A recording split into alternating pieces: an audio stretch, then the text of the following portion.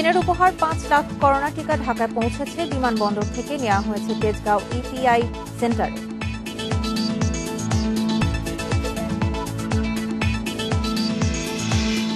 ঈদের ছুটিতে ঘরমুখী মানুষের ঢল, পাটুরিয়ায় দীর্ঘ যানজট। স্বাস্থ্যবিধি উপেক্ষায় করোনা সংক্রমণ বাড়ার আশঙ্কা।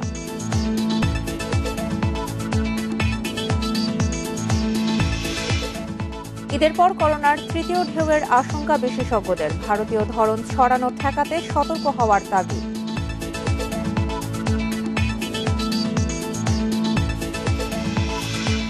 গণপরিবহন ও মার্কেটে মানা হচ্ছে না স্বাস্থ্যবিধি, পরস্পরকে দুষছেন ক্রেতা বিক্রেতা ও যাত্রী চালকদের নানা অজুহাত। স্বাগত ইন্ডিপেন্ডেন্ট সংবাদে, সঙ্গে আছে সঞ্চারী মজুদ্দমা। শুনছেন শিরোনাম, চলে যাচ্ছে পুরো খবরে। দেশে পৌঁছেছে চীনের উপহারের ৫ লাখ ডোজ করোনার টিকা। ভোর ৫:৩০টার দিকে বাংলাদেশ বিমান বাহিনীর C-130J বিমানে চীনা প্রতিষ্ঠান সিনোফার্মের উৎপাদিত টিকাগুলো BAF ঘাঁটি বঙ্গবন্ধুতে পৌঁছায়। আনুষ্ঠানিকতা শেষে টিকাগুলো নিয়ে যাওয়া হয় রাজধানীর তেজগাঁওয়ের ইপিআই সেন্টারে। এর আগে মঙ্গলবার টিকা আনতে বাংলাদেশ বিমান বাহিনীর উড়োজাহাজটি চীনের উদ্দেশ্যে ঢাকা ছাড়ে। সোমবার বাংলাদেশে নিযুক্ত চীনের রাষ্ট্রদূত লি জিমিং সিনোফার্মের তৈরি ৫ লাখ করোনার টিকা বাংলাদেশে আসছে বলে নিশ্চিত করেন। সে সময় চীনের রাষ্ট্রদূত জানান, ১৮ বছরের বেশি বয়সীরা সিনোফার্মের টিকা নিতে পারবেন। টিকাটি WHO-র অনুমোদনপ্রাপ্ত। তবে চীন থেকে কেনা সিনোফার্ম করোনার টিকা আগামী জুলাইয়ের আগে দেশে আসছে না।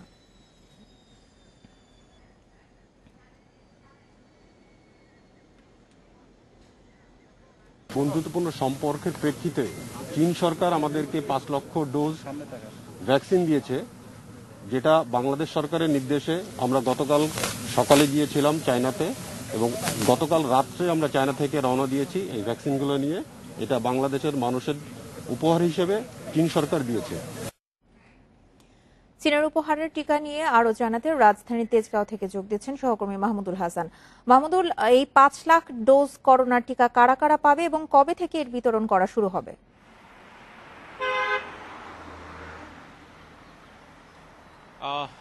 ঠিকই বলেছেন। আজকে ঠিক ৫:৩০টার সময় বিমান বাহিনীর একটি কার্গো বিমানে করে চীনের উপহার দেওয়া যে টিকা ৫ লাখ, সেটি বাংলাদেশে পৌঁছেছে।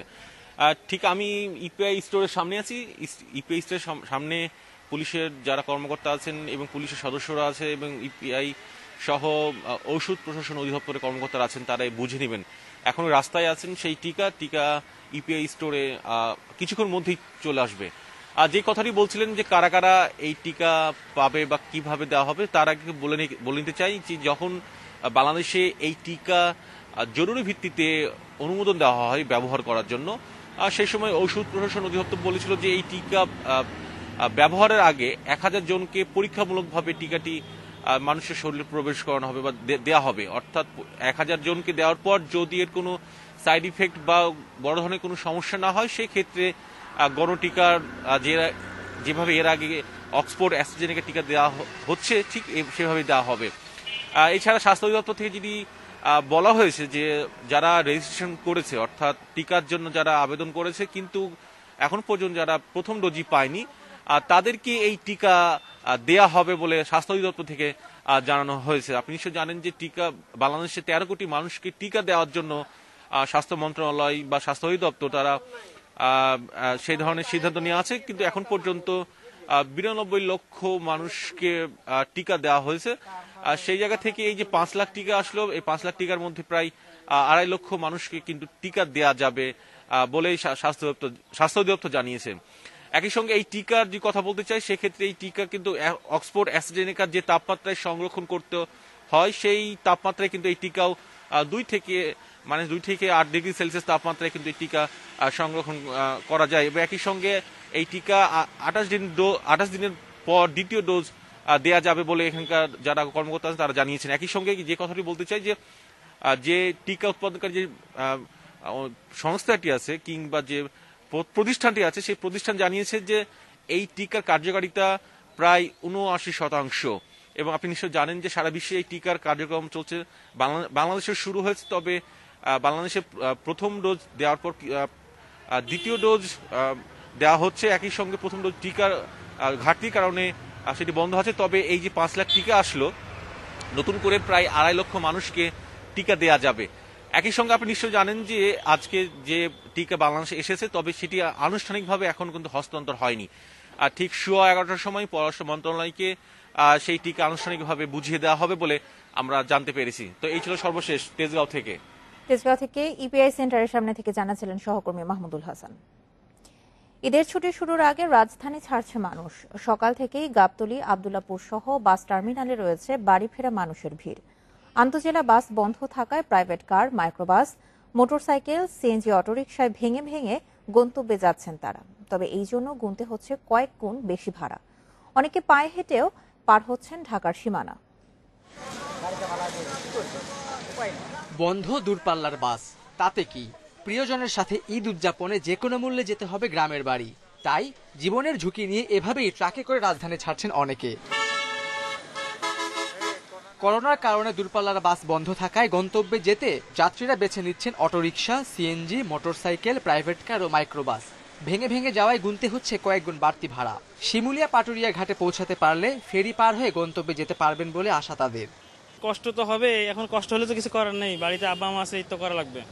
এখন এখানে থাকি একা, এখন তো এইভাবে একা একা ঈদ করা সম্ভব হচ্ছে না। দূরপাল্লা বাসগুলো ছেড়ে দিলে ভালো হইতো, মানে গন্তব্য পর্যন্ত গেলে আর সমস্যা হইতো না, মানুষের এত ভোগান্তি হইতো না। যানবাহন নাই দেখি সেতু পার হওয়ার জন্য যানবাহন না থাকার কারণে আমি ট্রাকে চলছি। লকডাউনে ঢাকা থেকে বের হওয়ার পয়েন্টে পুলিশের চেকপোস্টে ঢিলে ঢালা ভাব। ব্যক্তিগত গাড়ি থামিয়ে কারণ জানতে চাওয়া হলেও হেঁটে চলাচলকারীরা অবাধে ঢাকা ছাড়ছেন। রপ্তানি কাজে যে পোশাক খাতে যে গাড়িগুলো, ওটা দেখে ছেড়ে দিচ্ছে যে আমরা যদি যাত্রী পরিবহন করে প্রাইভেট কার হোক, হাইয়েস্ট গাড়ি হোক, অন্য কোনো গাড়ি চলে, তাহলে আমরা আইনগত ব্যবস্থা নিচ্ছি। আর ঢাকা সিটির যে গাড়িগুলো, এটা ঢাকার বাইরে যেতে পারে না। করোনা সংক্রমণের উচ্চ ঝুঁকি থাকলেও গাদাগাদি করে চলাচল করছেন যাত্রীরা। এভাবে ঝুঁকি নিয়ে বাড়ি যাওয়ায় করোনা সংক্রমণ আবারও বাড়ার আশঙ্কা করছেন জনস্বাস্থ্যবিদরা। মানুষ যেভাবে স্বাস্থ্যবিধি অমান্য করে ঢাকা ছাড়ছেন, এতে ভয়াবহ ক্ষতি হতে পারে। ছুটি শেষে তারা যখন আবার ঢাকায় ফিরে আসবেন, তখনও স্বাস্থ্যবিধি উপকৃত হবে। এতে ঈদের পরে করোনা ভয়াবহ আকার ধারণ করতে পারে। ঈদে স্বাস্থ্যবিধি যেভাবে উপেক্ষিত হচ্ছে, তাতে দেশে তৃতীয় ঢেউয়ের আশঙ্কা করছেন বিশেষজ্ঞরা। Khaled Raihan, independent news, Dhaka. ঈদের আগে ঘরে ফেরা মানুষের চাপে সকাল থেকে ব্যস্ত সড়ক, মহাসড়ক। এ বিষয়ে আরো জানাতে গাজীপুর থেকে যোগ দিচ্ছেন সহকর্মী আবুল হাসান। আবুল, আর তো ঈদের খুব বেশি সময় বাকি নেই, শেষ মুহূর্তে গাজীপুরের মহাসড়কের পরিস্থিতি আপনি কেমন দেখছেন? জানেন যে ঈদে নারীর টানে হাজার হাজার মানুষ কিন্তু করোনা ভয়কে উপেক্ষা করে এবং দুর্ভোগ রাস্তাঘাটে সেটি উপেক্ষা করে কিন্তু সবকিছু ছাপিয়ে আসলে মানুষ কিন্তু গ্রামের দিকে ছুটছেন। এবং সকাল থেকেই ঢাকা ময়মনসিংহ মহাসড়কে গাড়ির চাপ যেমন বেড়েছে, তেমনি বেড়েছে মানুষের চাপ। আমি যদি আপনাকে দেখাতে চাই যে আমার পিছনে ঠিক চান্দনা চৌরাস্তার এলাকার দৃশ্য এটি। এখানে কিন্তু হাজার হাজার গাড়ি বিভিন্ন রুটে যাওয়ার জন্য কিন্তু এখানে এসেছে এবং পাশাপাশি ঘরমুখ মানুষের চাপও কিন্তু বেড়ে গেছে এবং অনেক মানুষ আমরা দেখেছি যে যানবাহন সংকটে রয়েছেন এবং এই কারণে মহাসড়কের যে সাইট রয়েছে সেই সাইটগুলোতে কিন্তু মানুষের উপস্থিতি রয়েছে এবং তারা গাড়ির জন্য ঘন্টার পর ঘন্টা অপেক্ষা করছেন। যাত্রীরা যেটি বলছেন যে কোনো উপায়ে তারা আসলে বাড়ি ফিরতে চান এবং এই কারণে তারা ট্রাক, পিকআপ, বাস সহ বিভিন্ন যানবাহন চড়ে ভেঙে ভেঙে গন্তব্যে যাচ্ছেন। অনেকে অটোরিকশা, রিক্সা করে ভেঙে ভেঙে নির্দিষ্ট গন্তব্যে যে গাড়িতে চড়ছেন, এমন ভাবেও মানুষ কিন্তু গ্রামে ছুটছেন। আর এই চিত্র কিন্তু শুধু ঢাকা ময়মনসিংহ না, ঢাকা টাঙ্গাইল মহাসড়কে কিন্তু এই চিত্র দেখা গেছে। ঢাকা টাঙ্গাইল মহাসড়কের চন্দ্রা এলাকায় কিন্তু গাড়ির চাপ অনেক বেড়ে গেছে এবং মানুষ কিন্তু সেখান দিয়েও যে যেভাবে পারছেন ছুটছেন। তবে স্বাস্থ্যবিধির যে বিষয়টি সেটি কিন্তু কোনোভাবেই আমলে নেওয়া হচ্ছে না। যাত্রীরাও এক্ষেত্রে উদাসীন এবং যে কর্তৃপক্ষ, পুলিশ প্রশাসন বা জেলা প্রশাসন, তারা কিন্তু এই বিষয়টি তদারকিতে তেমন উদ্যোগ নিচ্ছেন না বলে আমরা দেখতে পেয়েছি। তবে হাইওয়ে পুলিশের সঙ্গে কথা বলে যেটি জানতে পেরেছি যে এখন তারা যানজট নিরসন এবং মানুষকে পারাপারের কাজে তারা বেশি ব্যস্ত রয়েছেন।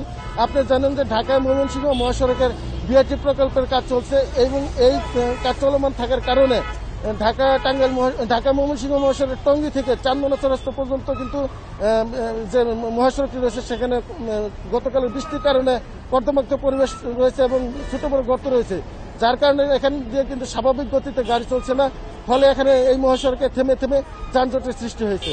তো সব মিলিয়ে বলা চলে যে এখানে কিন্তু মানুষের দুর্ভোগের মাত্রাটা অনেক বেড়ে গেছে এবং মানুষও এই দুর্ভোগ সহ্য করে তারা এখন গ্রামের দিকে ছুটছেন।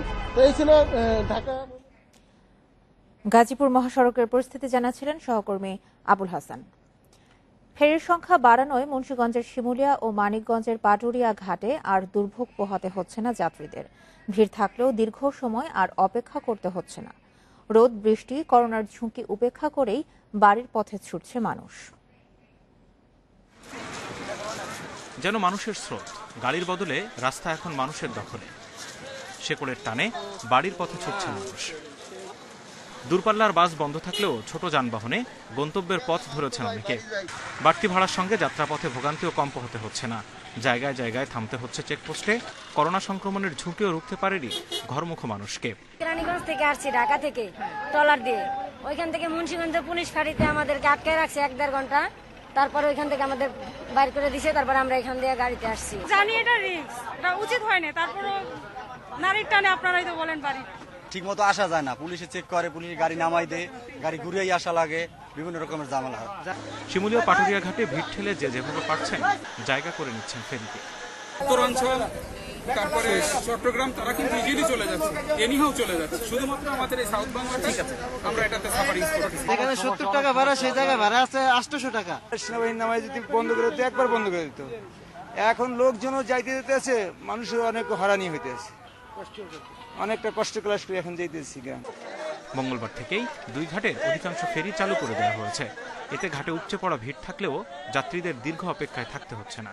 এই সমস্ত জরুরি রোগীবাহী গাড়ি, ডেড বডির গাড়ি আসে এবং সাথে সাথে পণ্যবাহী গাড়ি যেগুলো পার হচ্ছে, তার সাথে কিছু যাত্রীও চলে যাচ্ছে। যার কারণে আমরা ফেরির যে আগে যে ফেরির যে স্বল্পতা ছিল, সেখান থেকে আমরা কিছু ফেরি বাড়িয়ে দিচ্ছি। যার কারণে এই এখন মোটামুটি যাত্রীর যে চাপটা আসে সেটা আমরা ম্যানেজ করে নিতে পারি। যাত্রী ভোগান্তি কমাতে ও পণ্যবাহী যান পারাপারে সোমবার বিকেল থেকে পাটুরিয়া দৌলতদিয়া ও শিমুলিয়া বাংলাবাজার নৌরুটে ফেরি সার্ভিস বাড়ানোর ঘোষণা দেয় BIWTC. Zahidul Bashar, Independent news, Dhaka. Eid উপলক্ষে কয়েকদিন ধরেই ঘরে ফেরা মানুষের চাপ রয়েছে। মানিকগঞ্জ থেকে পাটুরিয়া ঘাট পর্যন্ত প্রায় 30 কিলোমিটার দীর্ঘ যানজট সৃষ্টি হয়েছে। এ বিষয়ে আরো জানাতে পাটুরিয়া ঘাট থেকে যোগ দিচ্ছেন সহকর্মী মঞ্জুর রহমান। মঞ্জুর, আজকে মানুষের চাপ কেমন দেখছেন, যেহেতু আজকে থেকে ঈদের ছুটি শুরু হয়ে গেছে? দেখুন, গত কয়েকদিনের যে গতকাল থেকে এই পাটুরিয়া ঘাটে মানুষের চাপ বেড়েছে। আমি সকাল থেকে এতটাই চাপ যে আমি এখন ঘাট পর্যন্ত যাই পৌঁছাতে পারিনি। এখন আমি আছি এই ঢাকা-রিচা মহাসড়কের পাটুরিয়া এলাকায়। আপনাকে যদি আমি একটু দেখাই যে গাড়ি এখন ঘাট পর্যন্ত যাই পৌঁছাতে পারিনি। এখন আমি আছি এই ঢাকা-রিচা মহাসড়কের পাটুরিয়া এলাকায়। আপনাকে যদি আমি একটু দেখাই যে গাড়ির চাপ এতটাই যে বেড়েছে যে মানিকগঞ্জ থেকে একেবারে পাটুরিয়া ঘাটের অদূর এই দীর্ঘ যানজটের সৃষ্টি হয়েছে। এতক্ষণ কিন্তু এইসব যানবাহন কিন্তু এক জায়গায় স্ট্যান্ড ছিল। এখন পুলিশ এসেছে, পুলিশ আসার পরে এদেরকে ট্রাফিকের কাজ একটু বিষয় আপনাকে আমি যদি বলি, আপনি জানেন স্বাভাবিক অবস্থায় এই করোনার আগে যখন এই ঈদের ছুটিতে তখন কিন্তু পাটুরিয়া দৌলতদিয়া নৌরুটে পণ্যবাহী ট্রাক চলাচল কিন্তু বন্ধ থাকতো, শুধুমাত্র ঈদে ঘরমুখ যাত্রী কিন্তু পারাপার করা হতো। কিন্তু আপনি জানেন যে এখন কিন্তু আন্তঃজেলা ট্রাক চলাচল বন্ধ রয়েছে, পাশাপাশি পণ্যবাহী ট্রাক চলাচল কিন্তু চালু রয়েছে। এবং আপনি দেখতে পাচ্ছেন যে যেভাবে মানুষ যে ঈদে বাড়ি যাচ্ছে, সব যানবাহন মিলে একটা হজবল অবস্থা হয়ে গেছে ঢাকা-রিচা মহাসড়কে। কারণ একদিকে পণ্যবাহী যানবাহন, একদিকে মোটরসাইকেল, একদিকে ব্যক্তিগত যানবাহন, প্রাইভেট কার, হাইয়েস্ট, এইসব মিলে একটা মানে হজবল অবস্থা ঢাকা-রিচা মহাসড়কে। তো একটা বিষয় আমি দেখেছি যে ঢাকা-রিচা মহাসড়কে যে যেভাবে পারছে ঢাকা থেকে তারা পাটুরিয়া ঘাট যাওয়ার চেষ্টা করছে এবং সেখান থেকে তারা নির্বিঘ্ন অবস্থায় পার হয়ে যাচ্ছে। কারণ আপনি জানেন যে এতদিন সীমিত আকারে ফেরি চলাচল করলেও কিন্তু সীমিত আকারে ফেরি চলছে না, এখন কিন্তু একদম 16টা ফেরির মধ্যে 16টা ফেরি চলাচল করছে, যে কারণে ঘাট পর্যন্ত যদি কোনো যাত্রী পৌঁছাতে পারছে তাহলে কিন্তু তাকে আর ওখানে অপেক্ষমান থাকতে হচ্ছে না, সে চলে যেতে পারছে। আর একটা বিষয় হলো আপনাকে যদি আমি বলি যে আপনি জানেন যে ঢাকা-রিচা মহাসড়কে পাটুরিয়া থেকে জানাচ্ছিলেন সহকর্মী মঞ্জুর রহমান। ঈদের পর দেশে করোনার তৃতীয় ঢেউ আসতে পারে বলে আশঙ্কা করছেন বিশেষজ্ঞরা, যা হবে ভয়াবহ। মে মাসের শেষে বা জুনের মাঝামাঝিতে দেখা দিতে পারে তীব্র সংক্রমণ। বিশেষজ্ঞরা বলছেন হাসপাতাল এবং অক্সিজেন সরবরাহ এখন থেকেই প্রস্তুত রাখতে হবে। দেশে এপ্রিল মাসের শুরুতে করোনার তীব্র সংক্রমণ দেখা দেয়। এ সময় হাসপাতালে শয্যা ও আইসিইউ সংকট হয়। এরপর গত মাসের শেষ দিকে আবার সংক্রমণ কমতে থাকে এবং এখনও কমছে। তবে গত কয়েকদিন স্বাস্থ্যবিধি না মেনেই ঈদে গ্রামের বাড়ির উদ্দেশ্যে সড়কে ঢল নামে লাখো মানুষের। আবার ঈদের কেনাকাটা করতে দোকানপাট ও শপিং মলে দেখা যাচ্ছে উপচে পড়া ভিড়। মানা হচ্ছে না স্বাস্থ্যবিধি। এদিকে দেশে করোনার ভারতীয় ভ্যারিয়েন্ট শনাক্ত হওয়ার পর সংক্রমণ তীব্র হওয়ার শঙ্কা দেখা দিয়েছে। মানুষের যেভাবে বিচরণ এবং ভারতীয় মিউট্যান্ট ভেরিয়েন্টটা আসছে এবং এটা যেভাবে ছড়াচ্ছে, এটার জন্য আমাদের একটা তৃতীয় ঢেউ আমরা মনে করতেছি হবে মের শেষের দিক থেকে শুরু করে জুনের মাঝামাঝিতে গিয়ে আমরা দেখতে পাবো। সংক্রমণ কমে আসার পর স্বাস্থ্যবিধি পালনে উদাসীন হয়ে পড়ে সাধারণ মানুষ। এক্ষেত্রে তদারকির অভাব আছে বলে মনে করছেন বিশেষজ্ঞরা।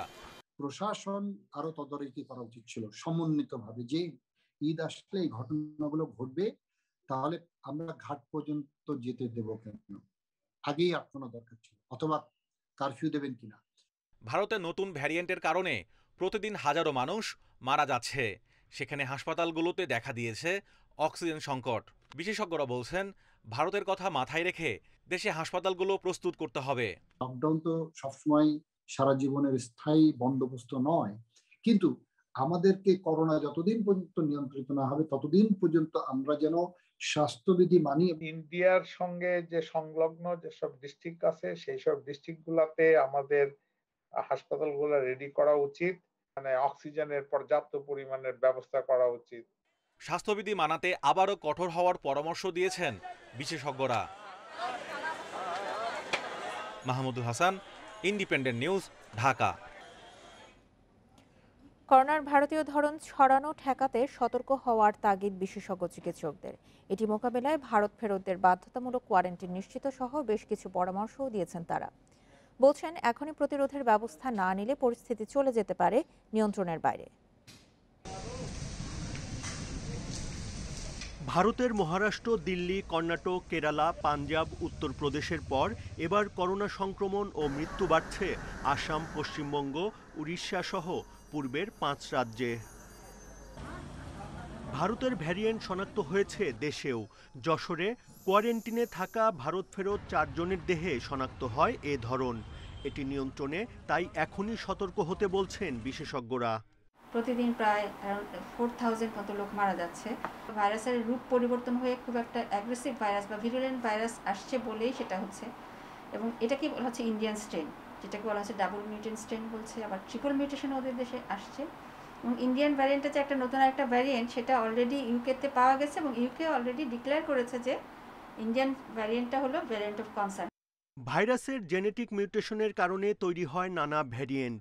প্রাথমিকভাবে ভারতীয় ভ্যারিয়েন্টটি সংক্রমণ, জটিলতা ও মৃত্যুহার বিবেচনায় অনেক বেশি শক্তিশালী। এমন কোনো অর্গান নাই, liver, kidney, heart, brain, lung, কোনো শরীরের কোনো অংশ বাকি নাই যে এটা ইনভলভ না করে। যত দিন যাচ্ছে ঠেকানোর একটাই রাস্তা, এটার প্রিভেনশন। এইটাতে আমাদেরকে জোর দিতে, কারণ ভ্যারিয়েন্ট যেটাই আসছে ট্রিটমেন্ট তো তেমন কিছু নাই। এই ব্রাজিলিয়ান বলেন আর আমেরিকানি বলেন আর ইন্ডিয়ানই বলেন, ওষুধপত্র তো নতুন কিছু এখনো আসে নাই। আমাদের প্রিকশন আমাদের নিতেই হবে, আমাদের বর্ডার সিল থাকতেই হবে, আমাদের ধরেন যে কেসগুলো আইডেন্টিফাইড হলো সেই কোয়ারেন্টাইন ঠিকমতো করতে হবে, নর্মাল পার্সোনাল হাইজিন মেনটেন করতে হবে, সোশ্যাল ডিস্টেন্সিং ঠিকমতো করতে হবে, আরও স্ট্রিক্টলি লকডাউন মেনটেন করতে হবে। এই যে আমরা গাদাগাদি করে গ্রামের বাড়ি যাওয়া হচ্ছে ঈদ উপলক্ষে, এগুলো কোনোভাবেই অ্যালাউ করা যাবে না। ভ্যারিয়েন্টটি যত শক্তিশালী হোক, মাস্ক পরলে ও স্বাস্থ্যবিধি মেনে চললে তা প্রতিরোধ সম্ভব। পাশাপাশি যত দ্রুত সম্ভব টিকার পরিধি বাড়ানোর তাগিদও দিচ্ছেন জনস্বাস্থ্যবিদেরা। Buddhadeb Kundu, Independent news, Dhaka.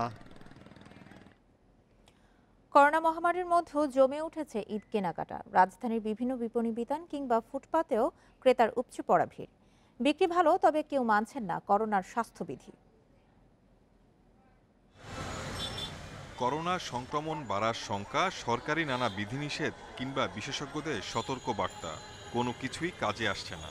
রাজধানীর নিউ মার্কেটের এ চিত্র দেখে বোঝার উপায় নেই দেশে সংক্রমণ ব্যাধির মহামারী চলছে। একই চিত্র চাঁদনী চক, এলিফ্যান্ট রোড ও মিরপুরের বিভিন্ন মার্কেটে। করোনা ঝুঁকি থাকলেও তার তোয়াক্কা করছেন না ক্রেতারা। স্বাস্থ্যবিধি ও সামাজিক দূরত্ব না মেনে বিভিন্ন শপিং মল, মার্কেট সহ দোকানগুলোতে চলছে কেনাকাটা। মানুষের ভিড়ে তিল ধারণের জায়গা নেই শপিং মলগুলোতে। প্রতিটি দোকানে ক্রেতার উপচে পড়া ভিড়, নেই প্রশাসনের নজরদারি। ঝুঁকি এটা স্বাভাবিক থাকবেই, সেজন্য আমাদের যে একটা ঈদ যাপন আছে, ঈদ যাপনের মাধ্যমে আমাদের একটা কিছু কেনাকাটা কিনতে হবে। পরিস্থিতি তো তেমন একটা ভালো না, মানে মানুষের অনেক যানজট অনেক বেশি, কিন্তু কি করব, তারপর আসতে হয়, বাচ্চাদের জন্য কেনাকাটা করতে হয়, বাচ্চাদের জন্য আসতে হয়। ব্যবসায়ীরা বলছেন করোনায় আয় কমে যাওয়ায় ক্রেতা হারিয়েছেন তারা। নানা বিধিনিষেধ মেনে চলার চেয়ে ব্যবসা টিকিয়ে রাখাই বড় লক্ষ্য। আমাদের আসলে যে এক বছর আমরা বসেছিলাম ওইরকম ওই হিসাবে কিছু না। এই মনে করেন এই সাপ্তাহিক বেচলে তো আর পুরো বছরের ক্ষতিপূরণ উঠে আসে না। বিপণী বিতানের পাশাপাশি বিক্রি বেড়েছে ফুটপাতের অস্থায়ী দোকানগুলোতেও। ব্যাপক কেনাবেচা মার্কেট সংলগ্ন ফুটওভার ব্রিজেও। Shahid Ahmed, Independent news, Dhaka. স্বাস্থ্যবিধি মেনে গণপরিবহন চলাচল ও শপিং মল, মার্কেট খোলার কথা থাকলেও চট্টগ্রামে বেশিরভাগ ক্ষেত্রেই তা মানা হচ্ছে না। এজন্য ক্রেতা বিক্রেতা ও যাত্রী চালকরা দুষছেন পরস্পরকে, দিচ্ছেন নানা অজুহাত। আর মানুষের অতিরিক্ত চাপে এসব জায়গায় কার্যকর কোনো ব্যবস্থাও নিতে পারছে না প্রশাসন। শর্ত সাপেক্ষে গণপরিবহন চালুর কথা বলা হলেও কোনো কিছুই মানার বালাই নেই চট্টগ্রামে।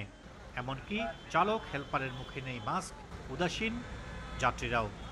আমি সবাইকে বলে দিচ্ছি এবং কি গাড়ির ভিতরে লেখাও আছে আপনার মাস্ক ছাড়া উঠেন না, নিষিদ্ধ। তারপর এরা ভুলে উঠে যায়, অনেকে আমরাও দিতেছি ওদেরকে। আমি এখন পড়ে গেছে যে রানিং এ বাতাসে পড়ে গেছে। স্প্রে আছে, এখন মাঝে মধ্যে দিই আর মাঝে মধ্যে নেন আর কি। মানুষ অনেকজনে মানুষে বলে লাগবে না। আন্তঃজেলা বাস সার্ভিস বন্ধের নির্দেশনা থাকলেও চট্টগ্রাম থেকে কক্সবাজার, বান্দরবান, রাঙামাটি ও খাগড়াছড়ি রুটে বাস চলছে নানা কৌশলে। লাইনম্যানকে বলুন যেটা স্বাস্থ্যবিধি মানবে না, বোতল লাগবে না, মাছ ছাড়া যাত্রী উঠে ড্রাইভার এটা ছাড়ছেন। সামাজিক দূরত্ব ও স্বাস্থ্যবিধি মেনে নগরীর শপিং মল ও মার্কেট খোলার জন্য বলা হলেও ক্রেতার ভিড়ে সবকিছুই উপেক্ষিত। স্বাস্থ্যবিধি কার্যকরে কোনো ব্যবস্থা নিতে পারছে না প্রশাসন। একটা আশঙ্কা সবসময়ই ছিল যে ভারতে যেহেতু এই ভ্যারিয়েন্টটা আছে, যে কোনো মুহূর্তে বাংলাদেশে এটা আসতে পারে। সেই আশঙ্কাটাই সত্যি হয়েছে। এবং আমাদের এখন যে পরিস্থিতি, আমরা বারবার বলছি শুধুমাত্র স্বাস্থ্যবিধি মেনে চললেই কিন্তু আমরা এই সংক্রমণকে প্রতিহত করতে পারবো। মানুষের উদাসীনতায় করোনা সংক্রমণের সর্বোচ্চ ঝুঁকিতে থাকা চট্টগ্রাম নগরীতে তা আরও বাড়ার আশঙ্কা করছেন জনস্বাস্থ্য বিশেষজ্ঞরা। Ahsan Riton, Independent News, Chattogram. 7টি পাবলিক বিশ্ববিদ্যালয়ে উপাচার্য নেই। এর ফলে একাডেমিক এবং প্রশাসনিক কার্যক্রমে বাড়ছে দীর্ঘসূত্রিতা। তাই দ্রুত উপাচার্য নিয়োগের দাবি শিক্ষকদের। অন্যথায় বিশ্ববিদ্যালয়ে কাজের গতি হারানোর শঙ্কা তাদের। বর্তমানে দেশে সরকারি বিশ্ববিদ্যালয় 49টি। এগুলোর মধ্যে 3টির কার্যক্রম এখনও শুরু হয়নি। জগন্নাথ বিশ্ববিদ্যালয়ে উপাচার্যের মেয়াদ শেষ হয় 19 মার্চ। এরপর চলতি দায়িত্ব হিসেবে উপ উপাচার্যকে দায়িত্ব দেয়া হয়। এখনও নিয়োগ হয়নি স্থায়ী উপাচার্য। একই অবস্থায় পটুয়াখালী বিজ্ঞান ও প্রযুক্তি বিশ্ববিদ্যালয়, খুলনা বিশ্ববিদ্যালয়, হাজী দানেশ বিজ্ঞান ও প্রযুক্তি বিশ্ববিদ্যালয়, জাতীয় বিশ্ববিদ্যালয়, বাংলাদেশ উন্মুক্ত বিশ্ববিদ্যালয় এবং রাজশাহী বিশ্ববিদ্যালয়। শিক্ষকরা বলছেন, সরকারি অন্য বড় পদগুলোতে মেয়াদ শেষের আগেই নিয়োগ দেয়া হয়, অথচ বিশ্ববিদ্যালয়গুলোকে উপাচার্য ছাড়া থাকতে হয়। যখন একজন সচিবের পদ খালি হয়ে যায় ওনার আগের দিনে কিন্তু প্রজ্ঞাপন দিয়ে ওই পদটা খালি পূরণ করে ফেলে, কিন্তু আমরা জানি না এই যে উপাচার্যের পদটি কেন খালি হওয়ার সাপেক্ষে ওনার আগে থেকে একটা প্যানেল করে 15 দিন বা 1 মাস আগ থেকে এই কার্যক্রমগুলো আরম্ভ করে, তাইলে আমার মনে হয় না যে এই ধরনের যে সমস্যাটা হচ্ছে এই সমস্যাটা থাকবে না। শিক্ষাবিদরা বলছেন একটি বিশ্ববিদ্যালয়ের সর্বোচ্চ পদ উপাচার্য, ওই পদ শূন্য থাকা খুবই দুঃখজনক। তাদের অনেক সমস্যায় তখন নিরসন হয়ে যায়। তা আমার মনে হয় এদিকে কালক্ষেপণ করা উচিত নয়। প্রাইভেট হোক পাবলিক হোক, বিশ্ববিদ্যালয়গুলি যেন সম্পূর্ণ হয়। পাবলিক বিশ্ববিদ্যালয়ে উপাচার্য, উপ উপাচার্য, কোষাধ্যক্ষ নিয়োগের জন্য 10% জ্যেষ্ঠ অধ্যাপককে নিয়ে একটি পুল গঠন করা হয়েছে। উপাচার্য নিয়োগের বিষয়টি নজরে আনা হয়েছে। শিক্ষা মন্ত্রণালয় জানায় 3টা প্যানেল একটা তারা লিস্টেড করে তারা তালিকা করে সেটা আমাদের প্রধানমন্ত্রী দপ্তরে প্রেরণ করা, সেখান থেকে অনুমতি নিয়ে সেটা রাষ্ট্রপতি দপ্তর, মহামান্য রাষ্ট্রপতি দপ্তর, সেখান থেকে হওয়ার পরে শিক্ষা মন্ত্রণালয় সেটা জিওটা ইস্যু করে। আরও 4টি বিশ্ববিদ্যালয়ের উপাচার্যের মেয়াদও চলতি এবং আগামী মাসে শেষ হবে। নূরে আলম, ইন্ডিপেন্ডেন্ট নিউজ, ঢাকা। ঈদের আনন্দ মলিন হয়ে গেছে ভোলা ও লক্ষ্মীপুরের জেলে পরিবারে। 2 মাস নিষেধাজ্ঞার পর নদীতে নেমে দেখা নেই মাছের। এতে পরিবার নিয়ে খেয়ে না খেয়ে দিন কাটছে তাদের। মৎস্য কর্মকর্তারা বলছেন তীব্র গরম আর বৃষ্টি না হওয়ায় মাছের আকাল দেখা দিলেও খুব শিগগিরই কেটে যাবে হতাশা। দ্বীপ জেলা ভোলাতে 5 লাখের বেশি মানুষ জড়িত মাছ শিকারে। 2 মাসের নিষেধাজ্ঞা শেষে কাঙ্ক্ষিত মাছের আশা ছিল তাদের। গত 2 সপ্তাহ ধরে নদী থেকে খালি হাতে ফিরে আসছেন তারা। এতে দুর্দিন চলছে অনেক পরিবারে। এ অবস্থায় ঈদ উদযাপন তাদের কাছে এক দুঃস্বপ্ন।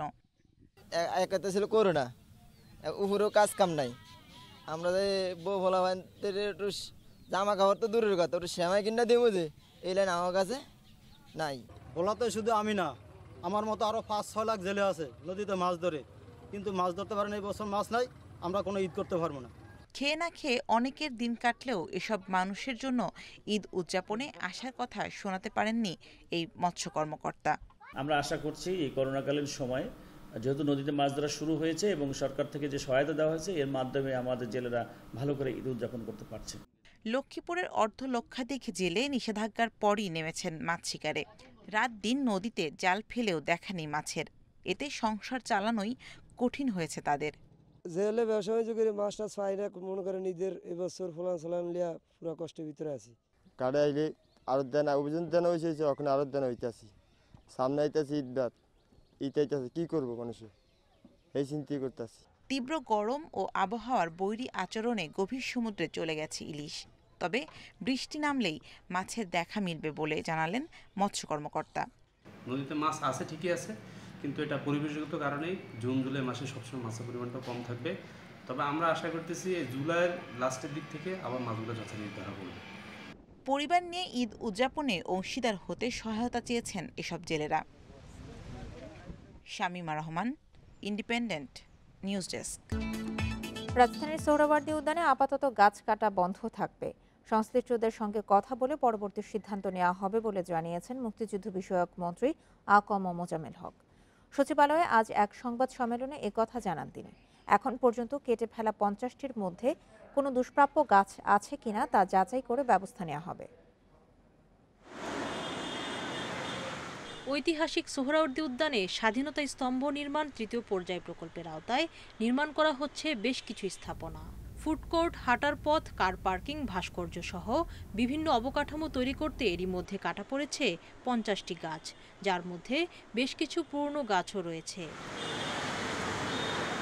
বিষয়টি গণমাধ্যমে প্রকাশিত হওয়ার পর আদালতের আদেশ অমান্য করে সোহরাওয়ার্দী উদ্যানে রেস্টুরেন্ট স্থাপনের জন্য গাছ কাটায় সরকারের এক সচিব সহ 3 কর্মকর্তার বিরুদ্ধে হাইকোর্টে আদালত অবমাননার আবেদন করা হয়। আবেদনটির শুনানি হবে 20 মে। একই সঙ্গে কার্যক্রম স্থগিত এবং নকশা আদালতে দাখিল করার নির্দেশনা চাওয়া হয়।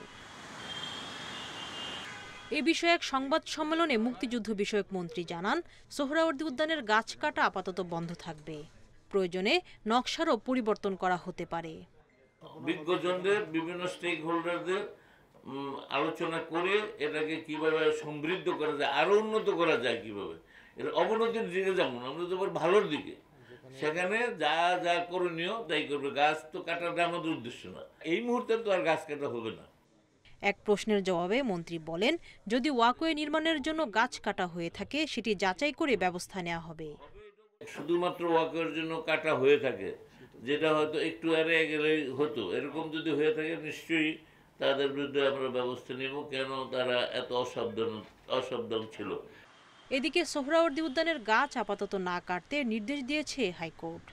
অ্যাটর্নি জেনারেলকে এ বিষয়ে পদক্ষেপ নিতে বলেছেন বিচারপতি মামনুন রহমান ও বিচারপতি খন্দকার দিলিরুজ্জামানের বেঞ্চ। সুলতানা জাহান মিতু, ইন্ডিপেন্ডেন্ট নিউজ, ঢাকা। 5 বছর আগে চট্টগ্রামে মাহমুদা খানম মিতু হত্যা মামলায় তার স্বামীর সাবেক পুলিশ কর্মকর্তা বাবুল আক্তারকে জিজ্ঞাসাবাদ করছে police bureau of investigation PBI. জিজ্ঞাসাবাদের জন্য সোমবার তাকে ঢাকা থেকে চট্টগ্রামে নেওয়া হয়। এর আগে সোমবার পিবিআই এর ঢাকা অফিসে মিতুর বাবা মোশাররফ হোসেনকে ডেকে নিয়ে কথা বলেন পিবিআই কর্মকর্তারা। মোশাররফ হোসেন মেয়ে হত্যার জন্য বাবুল আক্তারকে দায়ী করে আসছেন। 2016 সালে 5 জুন চট্টগ্রামের জিইসি মোড়ে ছেলেকে স্কুল বাসে তুলে দিতে যাওয়ার সময় কুপিয়ে এবং গুলি করে হত্যা করা হয় মাহমুদা খানম মিতুকে। ওই সময় তার স্বামী পুলিশ সুপার বাবুল আক্তার ঢাকায় অবস্থান করছিলেন। চট্টগ্রামে ফিরে তিনি পাঁচলাইশ থানায় অজ্ঞাতনামাদের আসামি করে হত্যা মামলা করেন। মামলায় তখন তিনি ধারণা করেছিলেন তার জঙ্গি বিরোধী কার্যক্রমের জন্য স্ত্রী হামলার লক্ষ্যবস্তু হয়ে থাকতে পারেন। বাবুল আক্তারের বিষয়ে বক্তব্য হলো যে জিজ্ঞাসাবাদ চলছে, এখনো গ্রেফতার না। ডিটেলটা এখনো আমি জানতে পারি নাই, তবে তথ্য নেওয়ার চেষ্টা করছি। পরিবহন ও যোগাযোগ খাত সর্বোচ্চ বরাদ্দ পাবে আগামী অর্থ বছরের বার্ষিক উন্নয়ন কর্মসূচি এডিপিতে। আর করোনা মোকাবেলায় স্বাস্থ্য খাতকে দেয়া হচ্ছে বিশেষ গুরুত্ব। করোনা রোগীদের চিকিৎসা এবং ভ্যাকসিন নিশ্চিত করতে স্বাস্থ্য মন্ত্রণালয়ের সক্ষমতা বাড়ানো হবে জানিয়েছেন পরিকল্পনা মন্ত্রী। আর কাঙ্ক্ষিত উন্নতি অর্জনে এডিপির প্রকল্পসমূহ দ্রুত বাস্তবায়নের তাগিদ দিয়েছেন অর্থনীতিবিদরা। করোনা মহামারী দ্বিতীয় বছরে আগামী বাজেটে বার্ষিক উন্নয়ন কর্মসূচিতে বরাদ্দ হচ্ছে 2.25 লাখ কোটি টাকা। চলতি অর্থবছরের সংশোধিত এডিপির চেয়ে এটি 14% বেশি। আগামী 2021-22 অর্থ বছরে পরিবহন ও যোগাযোগ খাতে সর্বোচ্চ 61,500 কোটি টাকা বরাদ্দের প্রস্তাব করা হয়েছে, যা এডিপির 27 ভাগের বেশি। এবারের উন্নয়ন বাজেটে স্বাস্থ্য খাতে বরাদ্দ দেওয়া হতে পারে 17,300 কোটি টাকা। এটি মোট বরাদ্দের প্রায় 8 ভাগ এবং খাতভিত্তিক বরাদ্দে পঞ্চম স্থানে। এইবার আমরা পরিষ্কারভাবে স্বাস্থ্যকে আমরা সামনে রাখব। স্বাস্থ্য ক্ষেত্রকে স্বাস্থ্য মন্ত্রণালয়ের সক্ষমতা বৃদ্ধি, স্বাস্থ্যের যে সকল স্থাপনা আছে, হাসপাতাল, বেড ইত্যাদি, বা ডাক্তার, নার্সিং যারা আছেন তাদের প্রশিক্ষণ, তাদের ক্ষতিপূরণ নেবেন, তাদের বেতন ভাতা দিই, এবং বিশেষ করে ভ্যাকসিন। আমাদের 16 কোটি মানুষের দেশ, যদি আপনি 12 বছরের ঊর্ধ্বে সবাইকে দেন তাহলে তো প্রায় 14-15 কোটি লোককে দিতে হবে। অর্থনীতিবিদরা বলছেন স্বাস্থ্য খাতে শুধু বরাদ্দ বাড়ালেই হবে না, তা দ্রুত কাজে লাগানো এবং ব্যয়ের সক্ষমতা সৃষ্টি করতে হবে। নেক্সট ওয়েভ কিন্তু আসবে, সেটা আমরা ভ্যাকসিনেশন প্রোগ্রাম করলেও আসবে, না করলেও আসবে, কারণ ভ্যাকসিনেশন প্রোগ্রাম শুরু করতেই আমাদের হয়তো নেক্সট ওয়েভ চলে আসবে। কাজেই এটাকে সামনে রেখেই স্বাস্থ্য খাতের বিনিয়োগটা করতে হবে। তৃতীয় বিনিয়োগ যেটা হচ্ছে সেটা হচ্ছে যে সরকার বেসরকারি খাতকে উৎসাহিত করার জন্য, যাতে আমাদের দেশেই ভ্যাকসিন তৈরি করা যায়, সেই জন্য কিছু সহযোগিতা দিবে। এবারের এডিপিতে দ্বিতীয় সর্বোচ্চ বরাদ্দের প্রস্তাব হয়েছে বিদ্যুৎ ও জ্বালানি খাতে। মোট উন্নয়ন বাজেটের 20 ভাগ বা প্রায় 45,900 কোটি টাকা পাবে এই খাত। Sajjad Hossain, independent news, Dhaka. ভরা মৌসুমেও কর্মব্যস্ততা নেই পাবনা ও লালমনিরহাটের তাঁতকল শ্রমিকদের। ঈদকে ঘিরে ঘুরে দাঁড়ানোর চেষ্টা করলেও ব্যবসা পণ্ড হয়েছে কয়েক দফা লকডাউনে। এমন পরিস্থিতিতে ব্যাপক আর্থিক ক্ষতির শঙ্কা তাঁত ব্যবসায়ীদের। ব্যস্ততা নেই, যন্ত্রগুলোও অলস পড়ে আছে, ফুটখাট আওয়াজে ঘুরছে না চাকা। পাবনার চিরচেনা তাঁতপল্লীর কর্মব্যস্ততায় বাঁধ সেধেছে করোনা আর টানা লকডাউন। পাবনায় 65,000 তাঁতের সাথে জড়িত প্রায় 2 লাখ শ্রমিক। ঈদকে ঘিরে উৎপাদনের অনুমতি থাকলেও পণ্য বিপণনে নানা প্রতিবন্ধকতায় বাতিল হয়েছে বেশিরভাগ ক্রয় আদেশ। কিন্তু লকডাউনের কারণে আমরা একদম ক্ষতিগ্রস্ত হয়ে গেছি। আমাদের হাট বাজার মার্কেট সম্পূর্ণ কিছু বন্ধ। এবার কাজ না থাকার কারণে করোনার জন্য আমরা মহাজনের বাড়ি বসে বসে রয়েছি। সব মিলিয়ে 200 কোটি টাকার ক্ষতির শঙ্কা করছেন তাঁত মালিকরা। হাট বাজারে সব জায়গায় সব কিছু দোকানপাট কিছু কিছু চলতেছে, কিন্তু আমাদের তাঁত চলে না। আর তাঁত চলে গেলে কাপড় নেওয়া হাট দিয়ে যাইতে পারতেছে না। গাড়ি ঘোড়াতে নিয়ে যাচ্ছে পুলিশে ধরে, পুলিশেদের তার কাছে জরিমানা নিতে আছে, এই জন্য কেউ হাটেই যাচ্ছে। একই অবস্থা লালমনিরহাটের তাঁতপল্লীতে। কালীগঞ্জের কাকিনা এবং মহিষামুড়ি গ্রামের প্রসিদ্ধ তাঁত শিল্প বন্ধ প্রায়।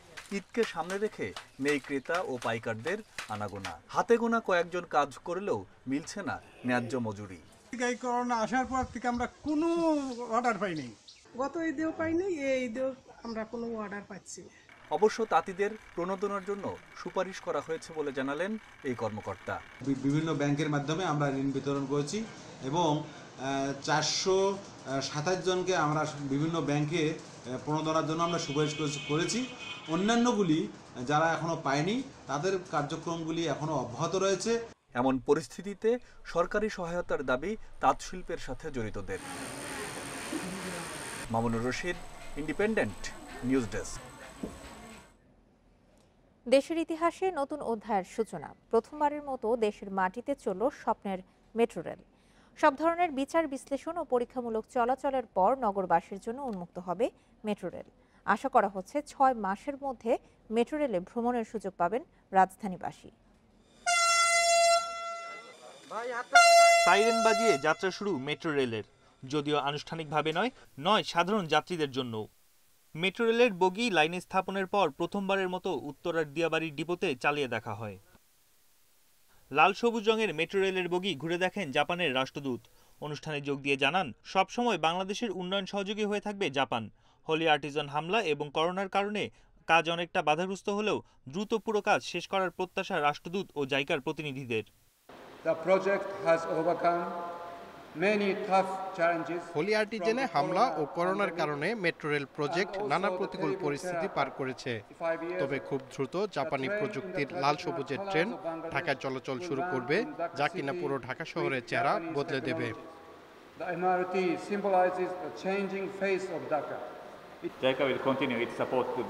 বাংলাদেশের অগ্রযাত্রায় সবসময় পাশে আছি।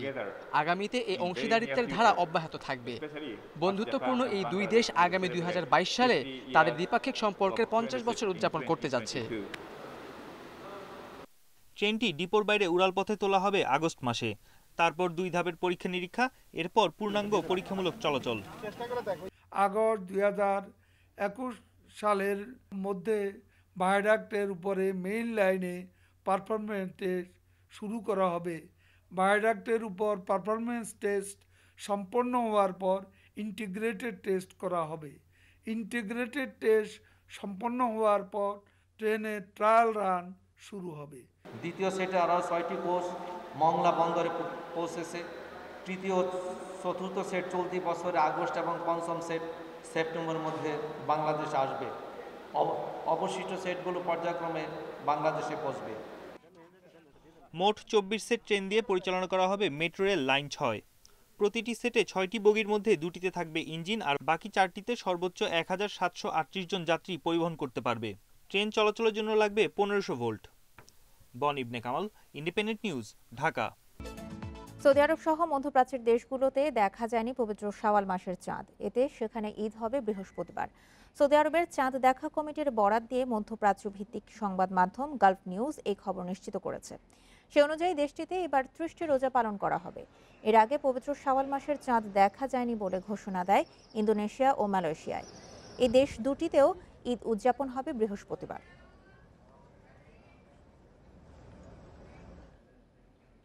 গাজা উপত্যকায় ইসরায়েলি বিমান হামলা অব্যাহত রয়েছে। ইসরায়েলি বাহিনীর অব্যাহত বোমায় এ পর্যন্ত 31 ফিলিস্তিনি নিহত হয়েছে, যার মধ্যে 10 জনই শিশু। বিধ্বস্ত হয়েছে একটি বহুতল ভবন। এদিকে তেল আবিবে হামাসের রকেট হামলায় নিহত হয়েছে 3 ইসরায়েলি। তেল আবিব ও বীরশেবায় 210টি রকেট হামলা চালায় হামাস। গাজা টাওয়ার বিধ্বস্ত হওয়ার পরই রকেট হামলার কথা জানায় হামাস নেতারা। বুধবার কয়েকশো দফায় বিমান হামলায় গাজায় বহুতল আবাসিক ভবন বিধ্বস্ত হয়। কয়েক বছরের মধ্যে এটি গাজায় সবচেয়ে ভয়াবহ হামলা। শিগগিরই হামলা বন্ধ করতে দুই পক্ষের প্রতি আহ্বান জানিয়েছে মধ্যপ্রাচ্যে নিযুক্ত জাতিসংঘের প্রতিনিধি। এর আগে বিশ্ব নেতাদের আহ্বান উপেক্ষা করে গাজায় হামলা অব্যাহত রাখে ইসরায়েল। ইংলিশ প্রিমিয়ার লিগে লেস্টার সিটির কাছে ম্যানচেস্টার ইউনাইটেডের হারে ৩ ম্যাচ হাতে রেখে শিরোপা জিতল ম্যানচেস্টার সিটি। পেপ গার্দিওলার অধীনেতে সিটিজেনদের তৃতীয় প্রিমিয়ার লিগ শিরোপা এটি। ঘরের মাঠে শুরু থেকেই নড়বড়ে ছিল ম্যান ইউনাইটেড, মাত্র 10 মিনিটে গোল হজম করে। এরপর বিরতির আগে গ্রিনউড রেড ডেভিলদের সমতায় ফেরান, কিন্তু দ্বিতীয়ার্ধে সুইমনজুর হেডে আবারও এগিয়ে যায় লেস্টার সিটি। শেষ পর্যন্ত জয় নিয়েই মাঠ ছাড়ে রজার্সের দল। এই হারে 3 ম্যাচ বাকি থাকতে শীর্ষে থাকা সিটির সঙ্গে 10 পয়েন্ট ব্যবধান দাঁড়ায় ইউনাইটেডের।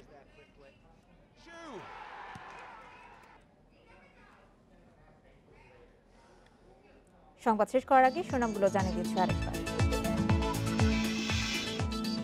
চীনের উপহার 5 লাখ করোনা টিকা ঢাকায় পৌঁছেছে। বিমানবন্দর থেকে নেওয়া হয়েছে তেজগাঁও ইপিআই সেন্টারে।